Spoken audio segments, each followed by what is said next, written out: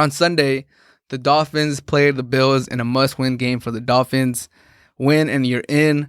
If they lost, they had to score watch. They had to look at the other games. They had to keep an eye out for the Colts, the Titans. No, not the Titans. If they lost, the Titans were automatically in. So they had to watch the Colts, the Ravens, the Browns. Yeah, they had to watch those 3 games. And all 3 of those other teams won. The Colts won. The Ravens won. The Browns won. The Titans won. So by virtue of that happening, the Dolphins were eliminated. So really upsetting performance by the Dolphins. Must-win game. They lose 56-26 to the Bills. The Bills only played their starters the first half. Josh Allen only played the first half. Stephon Diggs only played the first half. And Barkley came in and torched them up. One of the best defenses in the NFL the whole season got wrecked. They just did not show up. It was very upsetting. I know they had a letdown because Fitzpatrick tested positive for COVID, and he had saved them against the Raiders the week before. So I think they were a little disappointed that they didn't have Fitzpatrick. But Tua didn't show up. He didn't elevate his game. I was hopeful that we would see a different Tua. I thought that maybe it would light a fire under him, seeing Fitzpatrick go in there and have so much success, and then all the people talking that if Tua is the guy for the Dolphins, I thought it would light a fire under him. I was hoping he was gonna have a real breakout game, that he was gonna have an excellent game to really punctuate his time with the Dolphins and really, let everyone know that he's the starting quarterback going forward. But he did not do that. Once the Bills were up double digits, like 14 points, I never really thought that Tua could bring him back. I never saw the Dolphins offense, and I was like, okay, you know what? They could go on a run. If the defense makes some stops, I could see Tua taking them down the field and making this a game. I never thought that. Not once in that game that I think once the Bills took that lead, that the game was in question. I was like, that's a wrap. It's done. Like, if Fitzpatrick was available to play right now, he would have came in like at halftime or before halftime. So it's a little upsetting. If you're a Dolphins fan, if you're a Tua fan, what you saw on Sunday. Now the Dolphins are out of the playoffs, and because they made some smart moves the season before, they have the 3rd overall pick. So they finished 10-6, barely missed the playoffs, but they finished with the 3rd overall pick because they got a pick from the Texans for the Jeremy Tunsil trade, and now the Texans stunk it up this year. So they have the 3rd overall pick. So they have a lot of decisions to make. They could either go wide receiver. They could get Jamar Chase out of LSU, give Tua a bona fide number 1, give him a real weapon, put him up with Devontae Parker. Now you have some weapons. Gesicki at the tight end, Gaskin at running back. You could do some stuff with that. Or if you're not satisfied with what you see in Tua, Justin Fields might be available. Justin Fields put on the show versus Clemson. He was airing it out. He was throwing the ball down the field with ease. Hung it up in the air 40, 50, 60 yards. Looked effortless. He has an arm. He's mobile. He's fast. If he's there at number 3, I've been asking this question for a couple weeks now. If he's there at number 3, do the Dolphins take him? Do they move on from Tua? Have they seen enough from Tua to keep him as a starting quarterback? I know there was no offseason. It's a weird season. COVID happened. He's coming back from an injury. His hip is barely healing. Or it might have healed already, but he's still probably lingering. Is that enough excuses, or is his game good enough to warrant him staying as the quarterback for the Dolphins going forward? Because the Dolphins, they're definitely building something. They're definitely going down the right path. Brian Flores is building something. Is Tua the quarterback that's going to take him to the promised land? That's the question I have. And myself, I would probably go Justin Fields. If he falls to them at number 3, I would probably go Justin Fields myself. I like Justin Fields' arms, and I like his ability to scramble and make plays with his legs.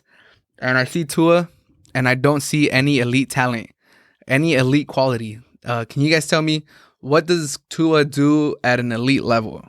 Is he accurate? Is his accurate, pinpoint accurate? Where you could say, you know what, he doesn't have the strongest arm, but he could drop it anywhere he wants. He drops dimes everywhere. I don't think so. I don't think he's overwhelmingly accurate.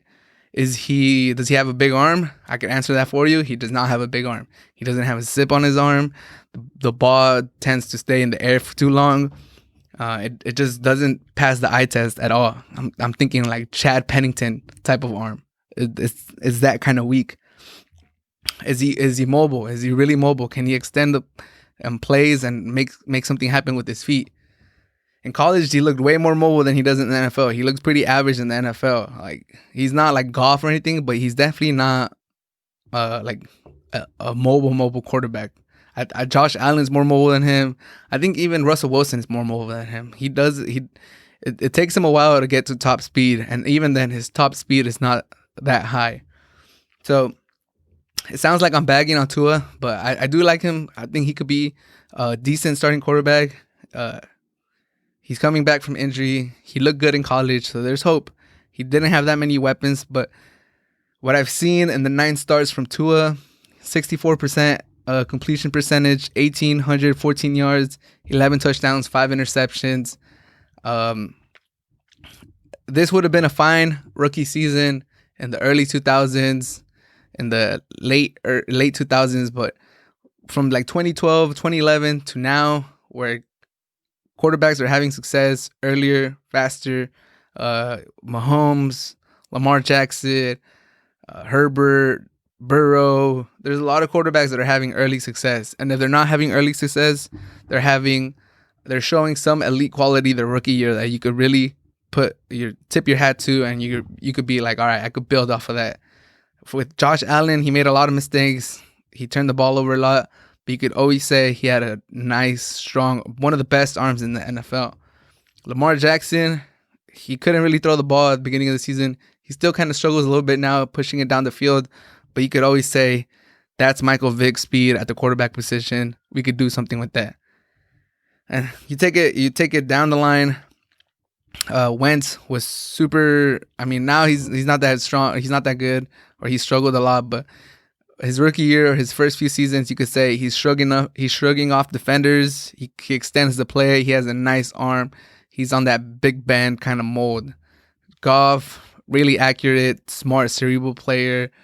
Stuff like that. Hasn't turned out the best with them, but you could see something that you could really point to at a quarterback and say, all right, that's what's going to happen.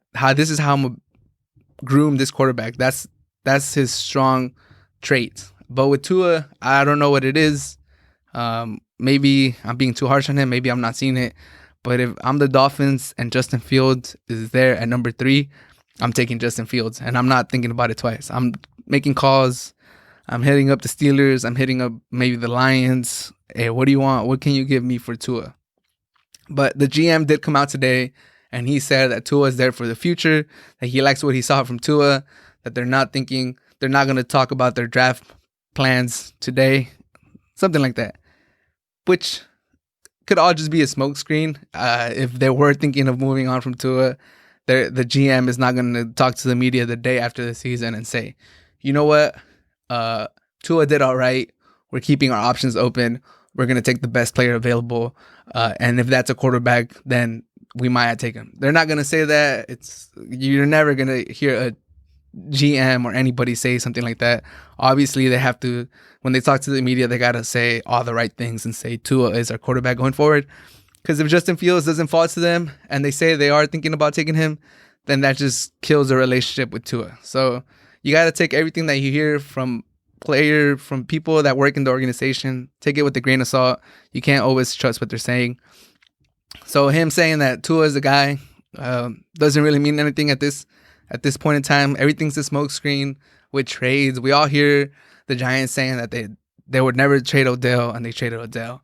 And everyone says the right things, but when it comes down to it, decisions are going to be made, and they're just going to pull the trigger if they have to, even if they have told the media the opposite the whole time.